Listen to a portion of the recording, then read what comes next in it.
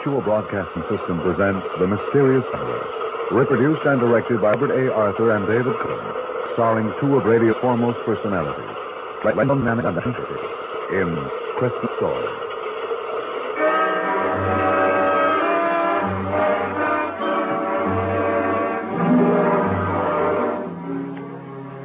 This is the Mysterious Traveler, inviting you to join me on another journey into the realm of the strange and the terrifying. I hope you will enjoy the trip, and it will thrill you a little and chill you a little. So settle back, get a good grip on your nerves, and be comfortable if you can. And it's the tale of an enterprising young man. It's a drama I call Christmas Story.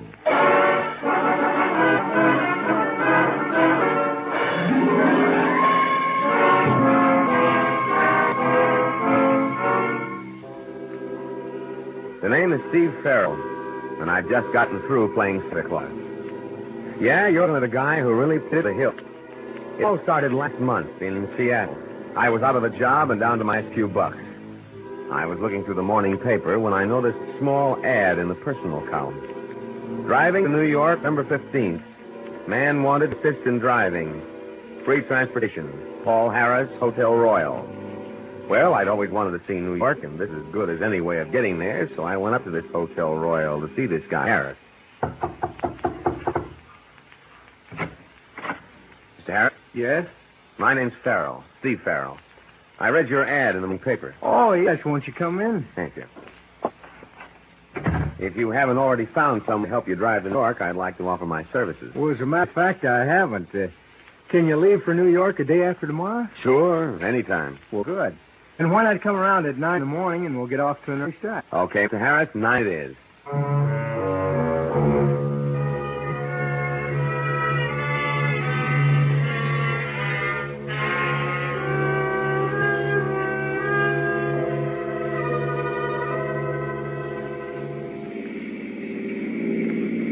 You know when you're tired driving, Mr. Harris, and I'll take over. Thanks, I will. Why not call me Paul? Huh? Okay. Steve is my first name. Lewiston, 30 miles. Lewiston, that's Idaho, isn't it? Yeah, we're just crossing the state line into Idaho. Oh, this is all new to me. I was born and raised in Alaska. This is my first trip to the States. Well, you're going to see a lot of scenery between here and New York. Yes, I'm looking forward to it. Life must have been rugged in Alaska. Oh, it was. My parents were homesteaders. I never saw a sea until a week ago when I arrived in Seattle. How come you're going to New York? Well, my parents died last year. My grandfather, whom I've never seen, was asking me to come visit him. You never seen him, huh? No. No, there was some sort of squabble between my parents and my grandfather before I was born, and they went to Alaska. And in all the years since then, my grandfather never wrote to him. Sounds like a stubborn guy. Yeah, he sure does. What are you going to New York for? Oh, mainly to look for a job. And I've always wanted to see the big city. So have I. Do you mind taking over now, Steve? My eyes are getting tight. Be glad to. Pull over to the side of the road. It's a long way from Seattle to New York. And there wasn't a radio in the car, so we just talked. And mostly we talked about Paul, his life in Alaska, his parents, his grandfather. By the time we hit Columbus, Ohio, there wasn't a thing I didn't know of the guy. And what told me his grandfather was loaded. And even more, he was the old man's only relative. It was obvious the kid was walking into a fortune. Yeah, some guy had all luck. So these are the Allegheny Mountains. Yeah. You better take it easy, Paul. The road's a little slippery. Okay. How much further to New York? 250 miles. It's dark. You better stop for the night. It's tourist car. All right. We should be able to make New York by tomorrow afternoon. Yeah, easy. Your eyes bothering you? Yeah. You better let me take over when you get to the bottom of this mountain. Okay. You know, you ought to be an eye doctor. Your eyes seem to get tired awful quick. Well, the truth of the matter Hey, is... look, we're starting to skid. No channel brake. It only makes it worse. The reverse wheel. I have. Steve, we're skidding off the road toward the mountain. Give me that wheel and do as I say. We're out of control. We're going reverse.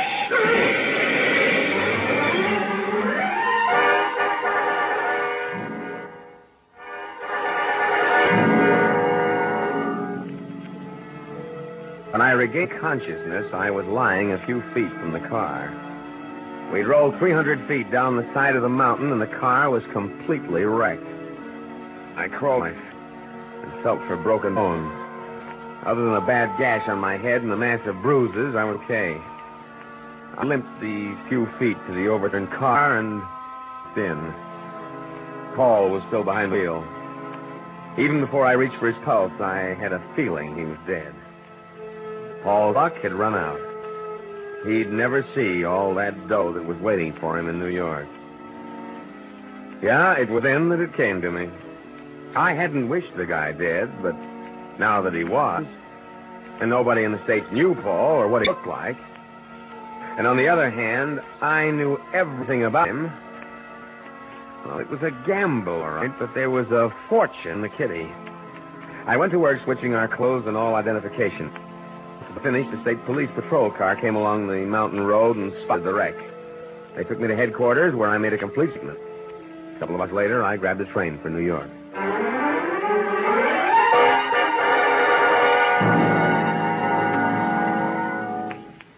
Well, I'm George Marlowe, your grandfather's attorney. How do you do, Miss Marlowe? The Pennsylvania State Police informed me of the dreadful accident you had. I understand a man who was with you was killed. Yes, a fellow by the name of Steve Farrell. I met him in Seattle. He assisted me with the driving. It's bad, but thank heavens it wasn't you. It would have been your grandfather's death blow. How is it? Weak, very weak, but eagerly waiting to see you. All right, come along. Yes, sir. How's the gash on your head? Oh, not too bad. It was treated by a doctor at the state police headquarters. You can only spend a few minutes with your grandfather, and excitement must be avoided by all means. I understand. Here.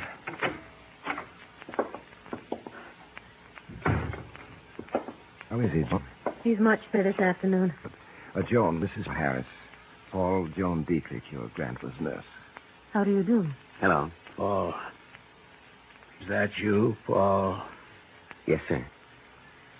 Come here. Where I can see you. Miss Grandfather. So, you're Paul, my grandson. Yes, sir. Sit down by my bed and let me look at you. All right, Grandfather. You don't look like your mother. Must take after your father's side of the family. Yes, I do. That bandage. What happened, Paul? Well, I was in an accident, but it's nothing, just a scratch. You're sure? Yes, of course. I suppose you're wondering why I sent for you after all these years. Cutting off your mother, father. Does it matter now? The thing is, I'm here. You know, lying here months, I've had a great deal of time to think things over. I was wrong, Paul. Your mother, she had a perfect right to marry anyone she wished. It was only my stubbornness that prevented the reconciliation. We all make mistakes. Yes, but the years, not seeing my own flesh and blood. It's been lonely, Paul. So lonely. And all my fault. But you're not alone anymore. I'm here. Yes, Paul, yes. What little time I have left, we must spend together. I think that's enough for now, Mr. Marshall. Paul can come and see you later, after your nap. Just a few more minutes, John. After your nap. Oh, she's a wonderful girl, Paul, as soon as I'm awake. All right. Now, let me fix pillows for you. Just your being here seems to have had him, Paul. What do the doctors say, Mr. Marlowe? Week, month, several months at the outside.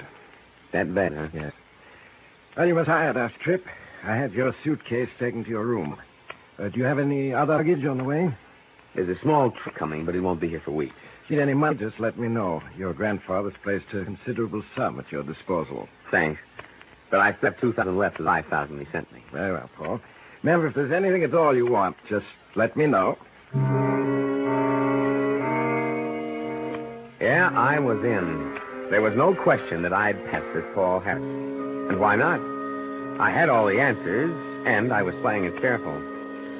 I walked through room after room of that Fifth Avenue mansion, knowing that within a matter of months it would be mine. In the weeks that followed, not a day passed I didn't spend a few hours with the old man. He liked me, I could see that. And the funny thing is, I liked him, too. During our little chat, there were times I felt I was his grandson.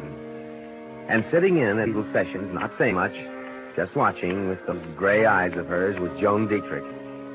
She was one lovely dish. And I could feel things building between us. Whenever she got evening off, we went out together. You should be waiting soon. Maybe we better go down. My good father asked... Oh! What's the matter? Something in your eye, Paul? Yes, it's a cinder. What eye, huh? Yes. Well, stop rubbing it. Your handkerchief over it.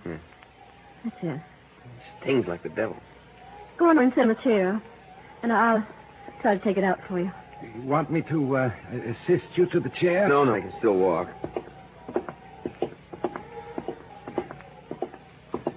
Now sit down and tilt your head back. That's it. Take the handkerchief away. I'll see it. Hold still. There, I got it. Thanks, John. I think we'd better go down now. Yeah, okay. You coming, Mr. Marlowe? What?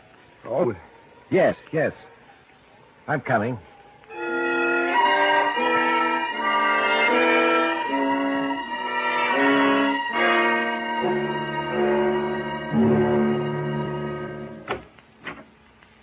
Mrs. Walker said that Mr. Marshall was when she looked in on him a few minutes ago.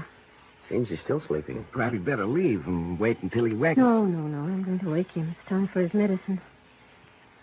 Mr. Marshall? Mr. Marshall? Time for your medicine. Mr. Marshall? What is it, Joan? There's no pulse. Are you sure?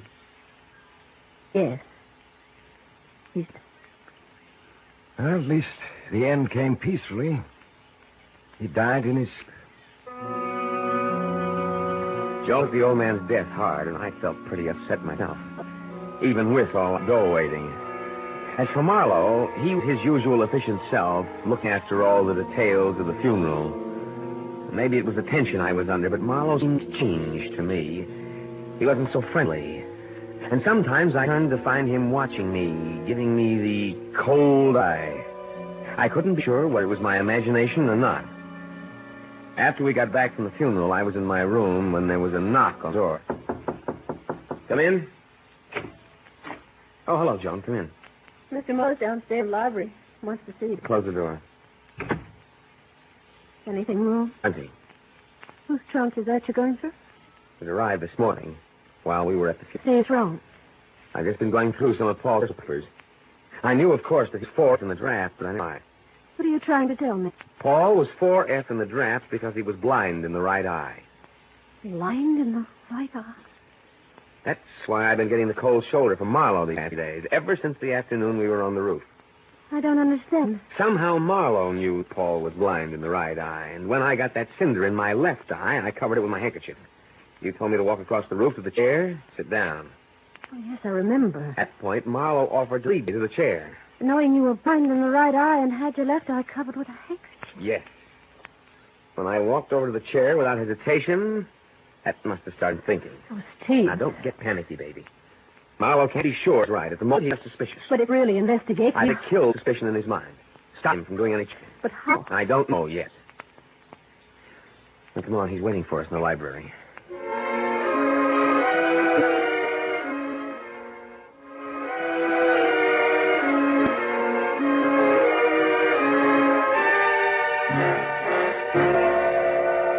Sorry to have kept you waiting, Mr. Marlowe. That's quite all right. If you'll excuse me, No, I'll... Joan, don't go.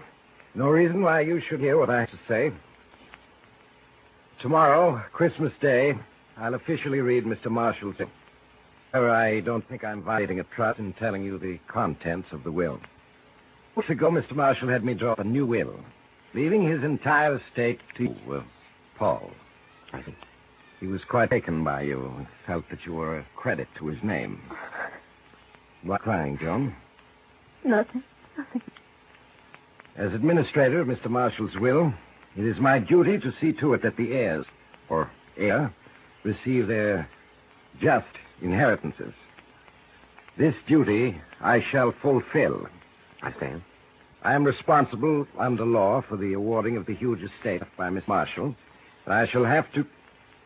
Is your eye troubling you? You've been doing nothing but rubbing it since you came into this room. Sorry, Mr. Marlowe. As you know, I'm blind in my right eye, and now and then my left eye feels quite strained.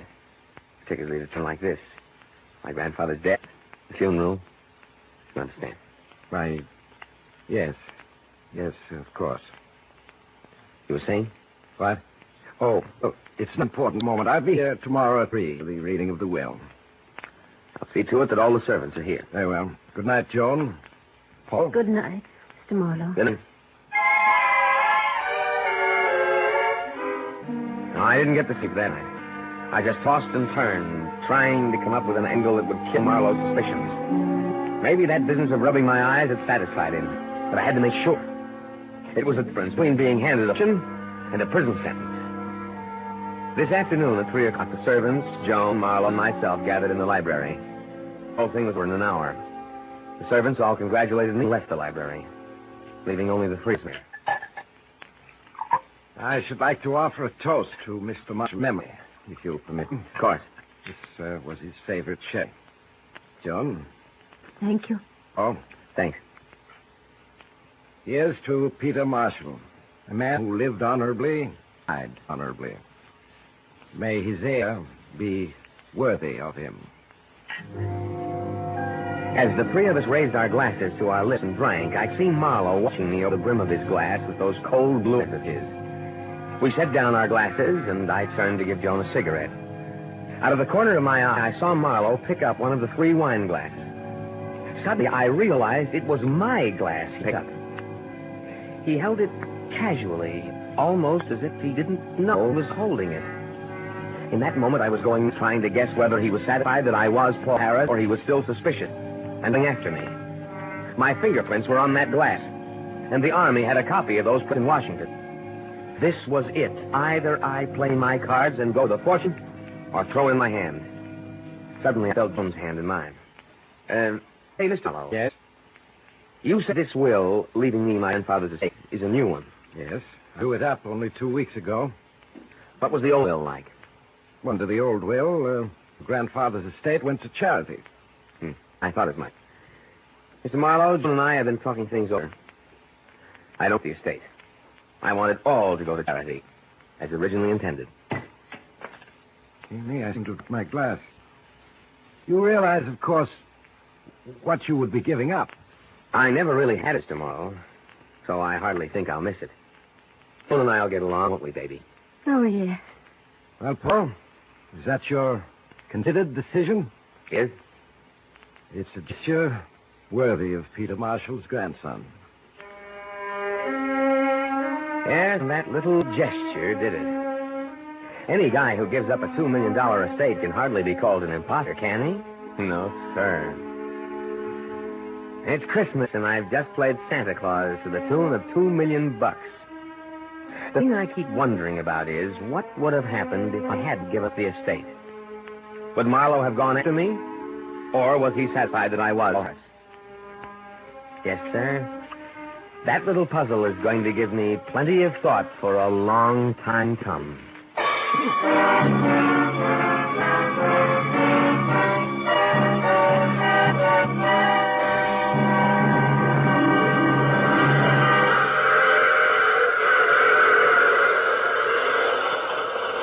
This is the mysterious traveler again.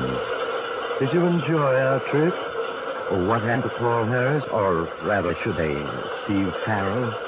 He and Joan were married. Oh, you have to get off here. I'm sorry. But remember, I take this same train every week at this same time.